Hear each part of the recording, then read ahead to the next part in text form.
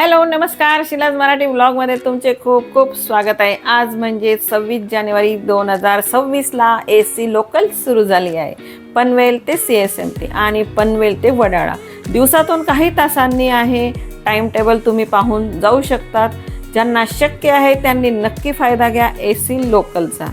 छान आहे, AC लोकलमध्ये बसून तुम्ही नक्की अनुभव घ्या।